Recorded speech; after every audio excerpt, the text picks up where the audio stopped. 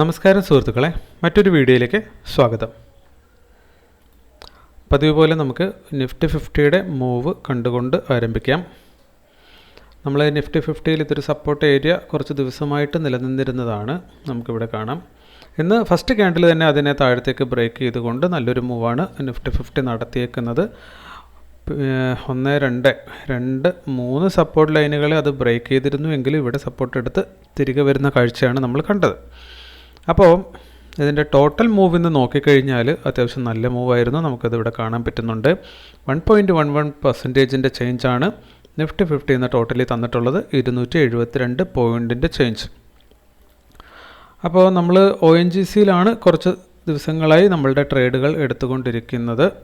ഒപ്പം തന്നെ ഒരു കമൻറ്റ് വന്നിട്ടുണ്ടായിരുന്നു, എന്തുകൊണ്ടാണ് നമ്മൾ ONGC നിരന്തരം ട്രേഡ് എടുത്തുകൊണ്ടിരിക്കുന്നത്, പ്രത്യേകിച്ച് എന്തെങ്കിലും കാര്യമുണ്ടോ അറിയാനൊരു താല്പര്യത്തിൻ്റെ പുറത്ത് ചോദിക്കുന്നതെന്നൊരു കമൻറ്റ് കണ്ടിരുന്നു. യാതൊരുവിധ കാരണവുമില്ല. നിങ്ങൾക്ക് ഏത് സ്റ്റോക്കിൽ വേണമെങ്കിലും ഈ ഒരു സ്ട്രാറ്റജി പ്രകാരം ട്രേഡ് ചെയ്യാം, ഒരു കുഴപ്പവും ഇല്ല. Provided 14 days ATR average true range last 14 ദിവസത്തേത് നോക്കുമ്പോൾ മിനിമം 2% എബോ ഉള്ളതാണെങ്കിൽ നമ്മൾ നിങ്ങളോട് പറഞ്ഞിട്ടുണ്ട്, നമ്മളിതാ ഈ കാണുന്ന പോലെ 0.5% സ്റ്റോപ്പ് ലോസ് ആണ് എൻട്രി എടുക്കുമ്പോൾ എല്ലാത്തിലും വെച്ച് കൊടുക്കുന്നത്, ടാർഗറ്റായിട്ട് മിനിമം 1%. അപ്പോൾ ഈ 1 + 0.5 ഇത്തരത്തിനുള്ളൊരു ഗ്യാപ്പ് നമുക്ക് ഈ ഒരു സ്റ്റോക്കിൽ കിട്ടണം. അപ്പോൾ ടോട്ടൽ ചേഞ്ച് നമുക്ക് മിനിമം 1.5 ഉണ്ടെങ്കിലാണ് നമുക്ക് കംഫർട്ടബിളി ഇതിനകത്ത് 1:2 റിസ്ക് റിവാർഡ് എടുക്കാൻ പറ്റുന്നത്. എന്നിരുന്നാലും നിങ്ങൾ പലപ്പോഴും കണ്ടിട്ടുണ്ട്, ജസ്റ്റ് 1.1% മൂവ് ചെയ്ത ദിവസം പോലും നമുക്ക് 1%ൻ്റെ ടാർഗറ്റ് അച്ചീവ് ചെയ്യാൻ പറ്റിയിട്ടുണ്ട്, ഇല്ല കിട്ടുന്നുണ്ട്.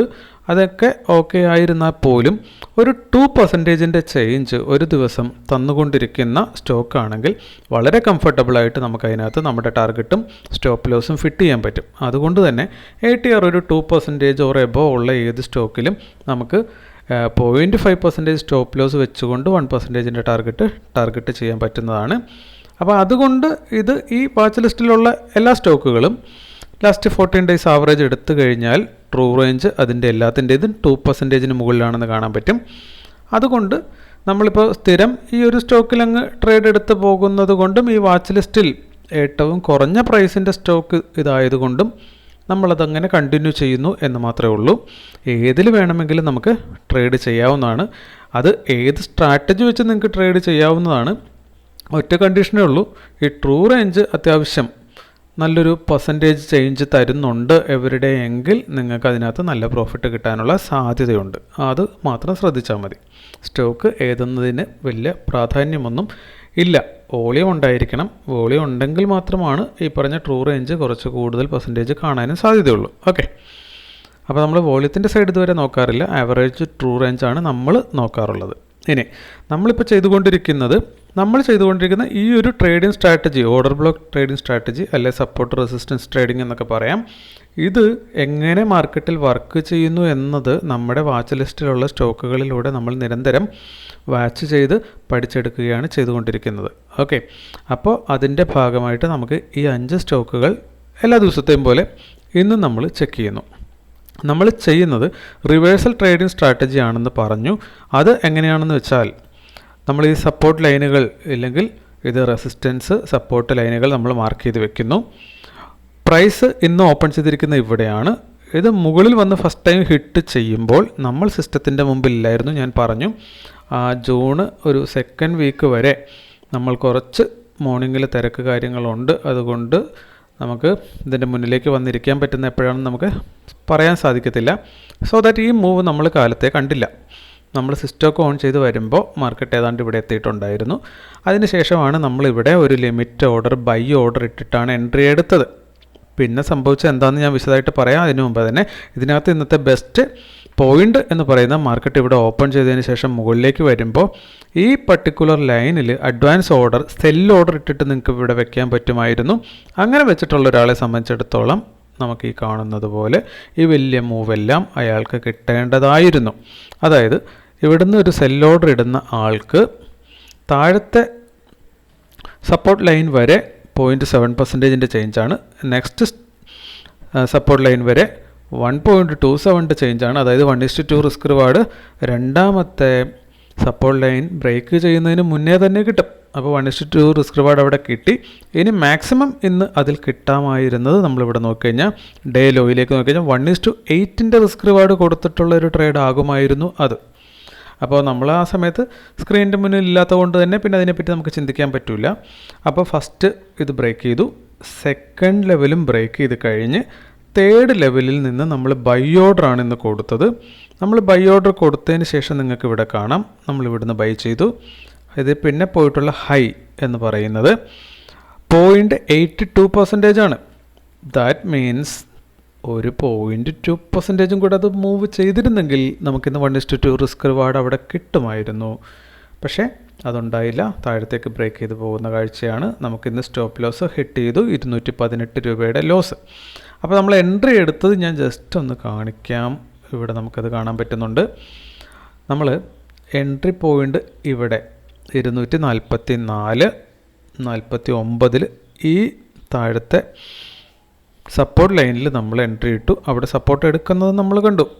അപ്പോൾ ഇവിടെ നിങ്ങൾക്ക് കാണാം 356 രൂപ വരെ നമ്മുടെ പ്രോഫിറ്റ് കയറിയതാണ്. നമ്മുടെ ടാർഗറ്റ് ഉണ്ടായിരുന്നത് ഇതാണ്. നെക്സ്റ്റ് ലെവൽ ഓഫ് റെസിസ്റ്റൻസിൻ്റെ തൊട്ട് താഴെയായിരുന്നു. അതിൽ പക്ഷേ മാർക്കറ്റ് ഹിറ്റ് ചെയ്തില്ല. അപ്പോൾ പിന്നെ തിരിച്ചു വന്ന് നമ്മൾ ലോസ് കൊടുത്തു. ട്രയൽ ചെയ്യണ്ട എന്ന് മനഃപൂർവ്വം വിചാരിച്ചതാണ്. നമ്മൾ ഈ 200 ദിവസം ട്രേഡ് എടുക്കുമ്പോൾ നമ്മൾ ട്രയൽ ചെയ്യാതെ എന്ത് റിസൾട്ട് കിട്ടും, ഇനി ഹൈ എന്തുവരെ പോകുന്നുണ്ടാകും, അതൊക്കെ ജേണൽ കാണുമ്പോൾ ഞാൻ പറഞ്ഞു തരാം. അതൊക്കെ നമ്മൾ പഠന വിധേയമാക്കിക്കൊണ്ടിരിക്കുകയാണ്. അപ്പോൾ ഈ ഒരു 200 ദിവസം കംപ്ലീറ്റ് ചെയ്തതിന് ശേഷമായിരിക്കും ആ കിട്ടുന്ന റിസൾട്ടിൻ്റെ മാത്തമാറ്റിക്സ് നമുക്കപ്പോൾ കിട്ടും. നമ്മുടെ ജേണലിൽ നിന്ന് കംപ്ലീറ്റ് ഡാറ്റ നമ്മൾ എടുക്കുന്നുണ്ടാകും. അത് വെച്ചിട്ട് നമുക്ക് എന്തെങ്കിലും കുറച്ചും കൂടെ അനുകൂലമായ രീതിയിൽ ഈ സിസ്റ്റത്തെ മോഡിഫൈ ചെയ്യാൻ പറ്റുമോ എന്ന് ആ മാത്തമാറ്റിക്സ്, ആ ഡാറ്റയുടെ പുറത്തുള്ള കാൽക്കുലേഷൻ്റെ പുറത്ത് നമ്മൾ പ്ലാൻ ചെയ്തിട്ട് വേണ്ട മാറ്റങ്ങൾ നമ്മൾ വരുത്തുന്നതായിരിക്കും. അപ്പോൾ എന്തായാലും നമ്മുടെ വീഡിയോ സ്ഥിരം കണ്ടുകൊണ്ടിരിക്കുന്ന ആൾക്കാർ കൂടെ കൂടിക്കോളൂ. നമുക്ക് ഈ ഒരു യാത്ര ഒന്നിച്ച് തന്നെ നടത്താം. അപ്പോൾ കുറച്ചധികം നമ്മൾ ഈ നടത്തിക്കൊണ്ടിരിക്കുന്നത് ഇത് ബ്ലൈൻഡായിട്ട് വെറുതെ കുറേ കാര്യങ്ങൾ ചെയ്യുന്നതല്ല. നമ്മൾ കണക്കെടുത്ത് അതിനെ മോഡിഫൈ ചെയ്ത് ശാസ്ത്രീയമായ രീതിയിൽ ചെയ്തു പോകുന്നു എന്നതുകൊണ്ട് തന്നെ നിങ്ങൾക്ക് പലർക്കും ഇത് പ്രയോജനപ്പെടാൻ സാധ്യതയുണ്ട് എന്നാണ് നമ്മുടെ ഒരു വിശ്വാസം. നമുക്ക് മറ്റ് സ്റ്റോക്കുകളിലേക്കും കൂടെ ഒന്ന് പോകാം. വിപ്രോ നോക്കിക്കഴിഞ്ഞാൽ നമുക്ക് കാണാൻ പറ്റുന്നുണ്ട്. വിപ്രോയിലും ഫസ്റ്റ് മൂവ് മുകളിലേക്ക് വന്ന് ഹിറ്റ് ചെയ്യുന്നു. അവിടുന്ന് സെല്ല് ചെയ്യുന്ന ഒരാളെ സംബന്ധിച്ചിടത്തോളം, റിവേഴ്സൽ ട്രേഡർക്ക് അതാണ് ചെയ്യാനുള്ളത്. ചെയ്യുന്ന ആളെ സംബന്ധിച്ചിടത്തോളം ഇവിടെ താഴെ വരെ 1.5ഉം ഏറ്റവും ലോ വരെ നോക്കിക്കഴിഞ്ഞാൽ നിയർലി 2%, അതായത് 1:4 മൂവ് അതിന്ന് കൊടുത്തിട്ടുണ്ട്. അപ്പോൾ എന്തായാലും 1:3 റിസ്ക് റിവാർഡ് കിട്ടാൻ പറ്റുന്നൊരു മൂവ് അതിന്ന് നടത്തിയിട്ടുണ്ട്. അപ്പോൾ രണ്ട് സ്റ്റോക്കിലും കൃത്യമായി ആദ്യത്തെ റെസിസ്റ്റൻസ് എൻട്രി എടുക്കാൻ പറ്റുന്ന ഒരാൾക്ക് പ്രോഫിറ്റ് കിട്ടുമായിരുന്നു. നമുക്കത് കിട്ടിയില്ല എങ്കിൽ പോലും. ഇനി പവർ ഗ്രിഡിൽ പക്ഷേ ആ ഒരു എൻട്രി നമുക്കിവിടെ എടുക്കാൻ പറ്റില്ല. കാരണം ഓപ്പൺ ചെയ്തേക്കുന്നത് ആ ഒരു പ്രൈസ് ആക്ഷൻ ലൈനിൽ തന്നെയാണ് മാർക്കറ്റിൽ നിന്ന് ഓപ്പൺ ചെയ്തിട്ടുള്ളത്. നേരെ താഴത്തെ ലെവലിൽ വന്ന് ഹിറ്റ് ചെയ്യുമ്പോൾ നമ്മൾ റിവേഴ്സൽ എൻട്രി ഇവിടെ എടുക്കും. അങ്ങനെ നമ്മൾ റിവേഴ്സൽ എൻട്രി എടുത്താൽ മുകളിലേക്ക് 1% ഉണ്ട്. എന്നിരുന്നാൽ പോലും നമുക്കിവിടെ സ്റ്റോപ്പ് ലോസ് ആണിന്ന് കിട്ടുക. അപ്പോൾ ഇതിൽ നമുക്ക് സ്റ്റോപ്പ് ലോസ് കിട്ടും. ഇന്ന് നമ്മുടെ സ്റ്റോക്കിൽ സംഭവിച്ച പോലെ ആദ്യത്തെ ക്യാൻഡിൽ നമ്മൾ കാണുന്നില്ല. അതിനുശേഷം വന്നിരുന്നിട്ടാണ് ഇതിനകത്ത് എൻട്രി എടുക്കുന്നതെങ്കിൽ രണ്ടാമത്തെ എൻട്രി എടുക്കാൻ പറ്റുന്നത് പിന്നെ ഈ പോയിന്റിലാണ്. ഇവിടെ നിന്ന് റിവേഴ്സ് ആകും എന്ന രീതിയിൽ നമ്മൾ എൻട്രി എടുത്താൽ നിങ്ങൾക്ക് ഇവിടെ കാണാം. ഇവിടെ സ്റ്റോപ്പ് ലോസ് ഹിറ്റ് ചെയ്തിട്ടില്ല. പിന്നെ താഴത്തേക്ക് പോയേക്കുന്നത് 0.47% വരെ പോയിട്ടുള്ളൂ. 0.5%ൻ്റെ മൂവ് താഴത്തേക്ക് കൊടുത്തിട്ടില്ല. അതുകൊണ്ട് തന്നെ പിന്നീട് ഇത് മുകളിലത്തെ റെസിസ്റ്റൻസി വന്ന് ഹിറ്റ് ചെയ്യുമ്പോൾ നമുക്കിവിടെ കാണാം 1.4%ൻ്റെ ചേഞ്ചാണ് അത് കൊടുത്തേക്കുന്നത്. ദാറ്റ് മീൻസ് 1:2 റിസ്ക് റിവാർഡ് അതിൽ കിട്ടും. അങ്ങനെയാണെങ്കിൽ നമ്മുടെ ഈ 3 സ്റ്റോക്കുകളിലും ഇപ്പോൾ പവർ ഗ്രിഡ് ഒഴിച്ചിട്ട് ബാക്കി എല്ലാത്തിലും ഫസ്റ്റ് റെസിസ്റ്റൻസിൽ നിന്ന് ടാർഗറ്റ് കിട്ടുന്നുണ്ട്. പവർ ഗ്രിഡിൽ സെക്കൻഡ് സപ്പോർട്ടിൽ നിന്ന് ടാർഗറ്റ് കിട്ടുന്നുണ്ട്. ഇനി BPCയിൽ നോക്കിക്കഴിഞ്ഞാൽ BPCയിൽ ഏത് പൊസിഷനിലേക്ക് എടുക്കുന്ന ആൾക്കും ഇവിടെ പ്രോഫിറ്റ് കിട്ടുന്ന പോലെയാണ് കാണുന്നത്. ഇവിടെ നമുക്ക് നോക്കിക്കഴിഞ്ഞാൽ കാണാം മാർക്കറ്റ് ഓപ്പൺ ചെയ്തു, താഴത്ത് വന്ന് ഹിറ്റ് ചെയ്യുമ്പോൾ മുകളിലേക്ക് എടുക്കുന്ന ഒരാൾക്ക് മുകളിലേക്ക് 1.26%ൻ്റെ ചേഞ്ച് ഉണ്ട്. സോ ദാറ്റ് 1:2 റിസ്ക് റിവാർഡ് അവിടെ സിംപിളി കിട്ടും. ഇനി ഇവിടെ എൻട്രി എടുക്കാൻ ഇപ്പോൾ തൊട്ട് ചേർന്നാണ് മാർക്കറ്റ് ഓപ്പൺ ചെയ്തേക്കുന്നത്. അതുകൊണ്ട് എന്തെങ്കിലും ഡൗട്ടിൻ്റെ പുറത്ത് ഒരാൾ എൻട്രി എടുക്കാൻ വെയിറ്റ് ചെയ്തു. അപ്പോൾ ഇവിടെ ലോങ് എൻട്രി എടുക്കുന്നില്ല എങ്കിൽ പിന്നെ എൻട്രി ഉള്ളത് മുകളിൽ ചെന്ന് ഹിറ്റ് ചെയ്യുമ്പോൾ റിവേഴ്സലായിട്ട് താഴത്തേക്ക് എൻട്രി എടുക്കുക എന്നുള്ളതാണ് ഇവിടുന്ന് വിൽക്കുന്ന ആൾക്ക്. ഇവിടുന്ന് സെല്ല് ചെയ്താൽ നെക്സ്റ്റ് ലെവൽ ഓഫ് ടാർഗറ്റിലേക്ക് പറഞ്ഞ പോലെ തന്നെ 1:2 റിസ്ക് റിവാർഡ് അതിന് മുന്നേ കിട്ടും. ഇനി ഡേ ലോ വരെ ഇന്ന് നോക്കിക്കഴിഞ്ഞാൽ 2.94%, അതായത് ഏകദേശം ഒരു 1:6 തൊട്ടടുത്ത് വരെ ഇത് പോയിട്ടുണ്ട്. സോ ഈ റെസിസ്റ്റൻസ് വരെ ആണെങ്കിൽ പോലും 1:5 അയാൾക്ക് എന്തായാലും ഇന്ന് കിട്ടുന്നൊരു ട്രേഡ്, നല്ലൊരു ട്രേഡ് തന്നെയാണ് അതിനകത്തും. അപ്പോൾ നമ്മളിതുവരെ കണ്ട 4 സ്റ്റോക്കിൽ ഒരെണ്ണത്തിൽ മാത്രമേ സ്റ്റോപ്പ് ലോസ് അടിക്കത്തുള്ളൂ, ബാക്കി എല്ലാത്തിലും പ്രോഫിറ്റ് കിട്ടുമായിരുന്നു. NTPC നോക്കിക്കഴിഞ്ഞാൽ നമ്മൾ പറഞ്ഞു, നമ്മളിതിനകത്ത് പലതും അടയാളപ്പെടുത്തി വെക്കുന്നതൊക്കെ എല്ലായ്പ്പോഴും ശരിയായിക്കൊള്ളണമെന്ന് യാതൊരുവിധ നിർബന്ധവുമില്ല. NTPC അതിനൊരു ഉദാഹരണമാണ്. നമ്മളിവിടെയാണ് റെസിസ്റ്റൻസ് മാർക്ക് ചെയ്തിരുന്നത്. എന്നാൽ ഇന്നലത്തെ മാർക്കറ്റ് ക്ലോസിംഗ് നമുക്കിവിടെ കാണാം. ഈ ഗ്രീൻ ക്യാൻഡലിൻ്റെ ടോപ്പിൽ ഇവിടെ നോക്കിക്കഴിഞ്ഞാൽ ഇവിടെ നിന്നലെ ഇതൊരു ഓർഡർ ബ്ലോക്കായിട്ട് വലിയൊരു മൂവ് താഴത്തേക്ക് തന്നതാണ്. സോ ദാറ്റ് ഇതൊരു ഓർഡർ ബ്ലോക്കായിട്ട് ഇന്ന് മാർക്കറ്റ് കൺസിഡർ ചെയ്തിട്ടുണ്ട്. ഫസ്റ്റ് ക്യാൻഡിൽ ഇവിടെ തന്നെ ആ പോയിന്റിൽ തന്നെ പോയി ഹിറ്റ് ചെയ്തിട്ട് അവിടെ നിന്നാണ് റിവേഴ്സ് ആയേക്കുന്നത്. സോ ദാറ്റ് നമ്മളിവിടെ മാർക്ക് ചെയ്തിട്ടില്ലാത്തതുകൊണ്ട് തന്നെ നമുക്കവിടെ എൻട്രി ഇല്ല. എന്നിരുന്നാൽ ഇവിടെ താഴത്ത് വന്ന് ഹിറ്റ് ചെയ്യുമ്പോൾ നമ്മൾ ഇവിടുന്ന് ഈ സപ്പോർട്ടിൽ നിന്ന് മുകളിലേക്ക് ബൈ എടുക്കും. അങ്ങനെയാണെങ്കിൽ അതിനകത്ത് നിന്ന് നമുക്ക് സ്റ്റോപ്പ് ലോസ് അടിക്കും. ഓക്കെ, ഇനി അവിടെ ഒരാൾ എൻട്രി എടുക്കുന്നില്ല, ഇത് ബ്രേക്ക് ചെയ്ത് താഴെ പോയി റീടെസ്റ്റ് ഇവിടെ വരുമ്പോൾ നമ്മൾ ഇന്നലെ എൻട്രി എടുത്തതുപോലെ ഇവിടുന്ന് ഒരു എൻട്രി താഴത്തേക്ക് എടുക്കാവുന്നതാണ്. അങ്ങനെ എൻട്രി എടുക്കുന്ന ഒരാളെ സംബന്ധിച്ചിടത്തോളം അയാൾക്ക് തീർച്ചയായിട്ടും നെക്സ്റ്റ് ലെവൽ ഓഫ് ടാർഗറ്റ് വരെ 1% ചേഞ്ച് ഉണ്ട്. സോ ദാറ്റ് 1:2 റിസ്ക് റിവാർഡ് അവിടെ കിട്ടും. ഇനി മാർക്കറ്റിൻ്റെ ഏറ്റവും താഴത്തേക്ക് നോക്കിക്കഴിഞ്ഞാൽ 1:3 റിസ്ക് റിവാർഡും അവിടെ കിട്ടുന്നുണ്ട്.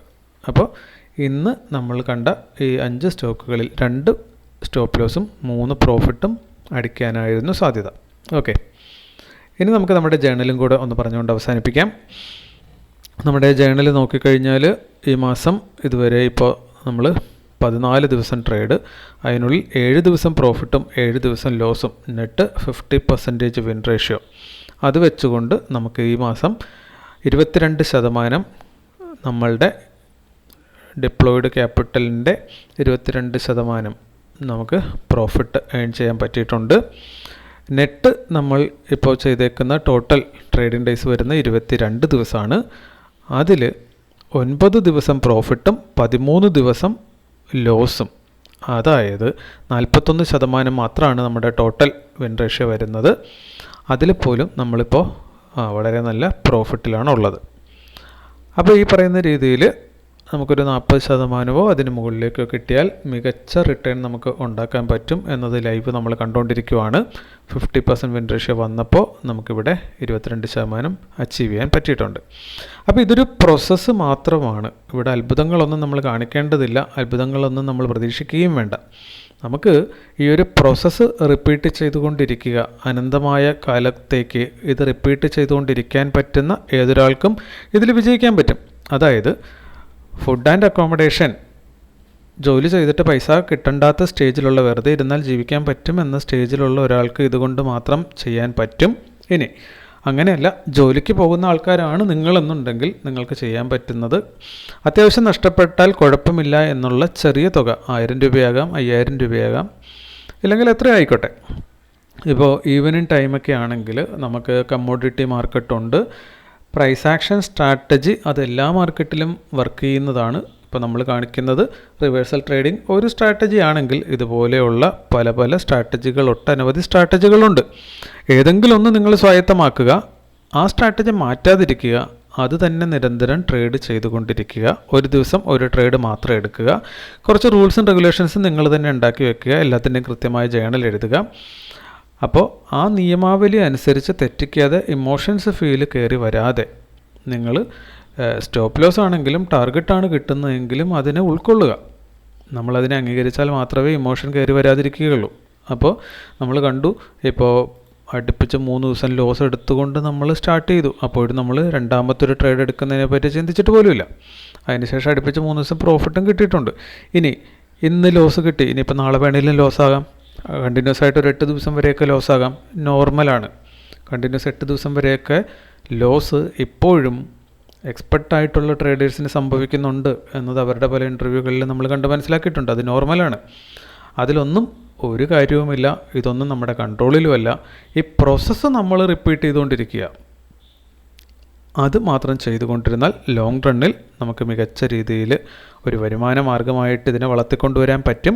അപ്പോൾ ജോലിയിലുള്ളവർക്കാണ് കമ്മോഡിറ്റി മാർക്കറ്റിൽ ഈവനിങ് ആഫ്റ്റർ 5 നിങ്ങൾക്ക് ചെയ്തു നോക്കാവുന്നതാണ്. രാത്രിയിലൊരു 11:30 വരെയൊക്കെ കമ്മോഡിറ്റി മാർക്കറ്റുണ്ട്. സോ അങ്ങനെ അതിൽ നിന്നൊരു വരുമാനം കിട്ടി, നിങ്ങളുടെ ജോലിയേക്കാൾ കൂടുതൽ വരുമാനം അതിൽ നിന്ന് വന്നു തുടങ്ങുമ്പോൾ, ഇല്ലെങ്കിൽ ജോലിയുടെ 2 ഇരട്ടി വരുമാനമെങ്കിലും അതിൽ നിന്ന് വന്നു തുടങ്ങുമ്പോൾ മാത്രം നിങ്ങൾ ഇത് ഫുൾ ടൈം ആയിട്ട് ചെയ്യുന്നതിനെപ്പറ്റി ചിന്തിക്കേണ്ട കാര്യമുള്ളൂ. കാരണം ഇവിടെ നമുക്ക് സമയം വേണ്ട ഒരു പ്രക്രിയയാണിത്. Over a period of time മാത്രമേ ഇത് കയറി വരത്തുള്ളൂ. ഇവിടെ കോമ്പൗണ്ട് ചെയ്യാൻ നമുക്ക് സമയം വേണം. അപ്പോൾ കോമ്പൗണ്ടിങ്ങിൻ്റെ അത്ഭുതം കൊണ്ടാണ് ഇവിടെ ഒരാൾ റിച്ച് ആകുമെങ്കിൽ ആകാൻ പോകുന്നത്, അല്ലാതെ ഒരാളുടെ കഴിവ് കൊണ്ടല്ല. ഈ പ്രോസസ്സ് ഇങ്ങനെ റിപ്പീറ്റ് ചെയ്തുകൊണ്ടിരിക്കുക. കോമ്പൗണ്ടിങ്ങിൻ്റെ പവർ ലോങ് ടൈമിൽ കയറി വരുമ്പോൾ അതിൽ നിന്ന് നമുക്ക് വലിയൊരു അച്ചീവ്മെൻ്റ് ഉണ്ടാക്കാൻ പറ്റും. അപ്പോൾ ഈ മേഖലയിൽ വിജയിക്കേണ്ട ഒരാളാണ് നിങ്ങളെങ്കിൽ നിങ്ങൾ അതിനെപ്പറ്റി കുറച്ച് മാത്തമാറ്റിക്സ് ഒക്കെ പഠിക്കാൻ തയ്യാറാകുക. പവർ ഓഫ് കോമ്പൗണ്ടിങ് എന്താണ്, അതെങ്ങനെ വർക്ക് ചെയ്യുന്നു, അതിൻ്റെ മാത്തമാറ്റിക്സ് എന്താണ് മുതലായ കാര്യങ്ങൾ നമ്മളെന്തായാലും ഈ വീഡിയോയിൽ പറയുന്നില്ല. പക്ഷേ യൂട്യൂബിൽ ഇഷ്ടം പോലെ വീഡിയോസ് അതിനെപ്പറ്റി ഉണ്ട്, ഏതെങ്കിലുമൊക്കെ കാണുക. അതിനെപ്പറ്റി കൃത്യമായൊരു ധാരണ ഉണ്ടാക്കിയെടുക്കുന്നത് വളരെ നല്ലതായിരിക്കും. ഓക്കെ, അപ്പോൾ ഇന്നത്തെ വീഡിയോ ഇത്രയേ ഉള്ളൂ. മറ്റൊരു വീഡിയോ ആയിട്ട് നമുക്ക് അടുത്ത ദിവസം വീണ്ടും കാണാം. താങ്ക്